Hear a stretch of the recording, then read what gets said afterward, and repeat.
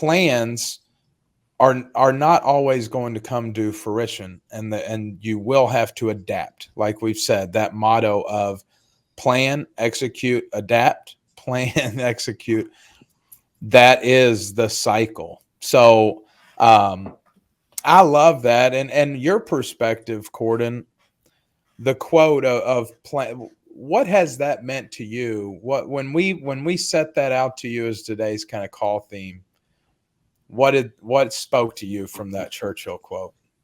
Well, yeah, I mean, like I think Dave. Naturally, when you came in, you were someone who are like minded when it comes to plans. But we are surrounded by a bunch of salespeople who technically don't like to plan anything. So, my business partner, best friend, and roommate for almost a decade, Pat Holder. He's the guy who always wants to do, and I'm the guy who always wants to plan. Both of those things are great, but both of those things have their drawbacks. And one of my biggest things is I don't want to execute until the plan is perfect. Well, plans are never perfect. And if they are, like Mike Tyson says, everybody has a plan until you get punched in the face. So it doesn't matter how perfect your plan is, it's going to change whenever life happens. But what I have realized is that when I do plan, for instance, something as simple as sitting down at the end of the day and journaling what you did for the day and then journaling what you're going to do the next day, something small like that just makes your whole world calmer. Doesn't even do anything for you, but the plans themselves just give you a little bit more calmness or stillness around you. We know that life's going to life. We know that life's going to get in the way. Things are going to happen on your day to day.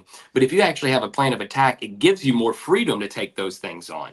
In my head, in the beginning, I can't execute the plan until the plan is perfect. Well, that wasn't the case. The plan just needs to be the plan, and then you start executing. If it does change, that's okay.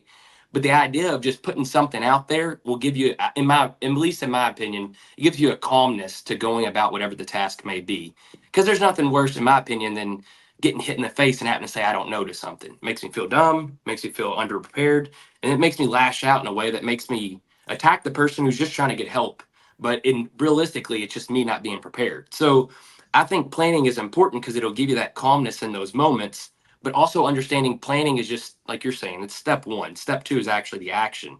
So the plan is great, but you have to actually start to implement it and don't sit around until the plan becomes perfect. It's kind of like that 80-20% rule where if someone can do 80% of it the way you can do it, you should pass it off to them. Well, I think if a plan's about 80% effective, that's about good enough just to go ahead and roll it out. Sitting around and waiting for it to be perfect, that's just never going to happen. So that's the biggest growth on planning that has changed my life, is that it's not have to be perfect. I think it is important to plan. However, that's just going to give you the calmness to handle the distractions that'll come along the way. Well, in you setting down and writing down in the evening or early in the morning, like you're setting your intentions of what you're going to focus on, right? Which is, so I know me personally, I do it every morning. And sometimes if there's so many things scrolling through my brain at night, it's like, I got to write this down or I'm going to forget, right? Because your pillow or your head hits the pillow and then it's like all these tabs open up, right? In your mind. I mean, you know what I'm talking about, Cordon. And so it's like, I've got to write these things down. So then your intention is, okay, these are the things that I'm going to focus on today to move the business forward.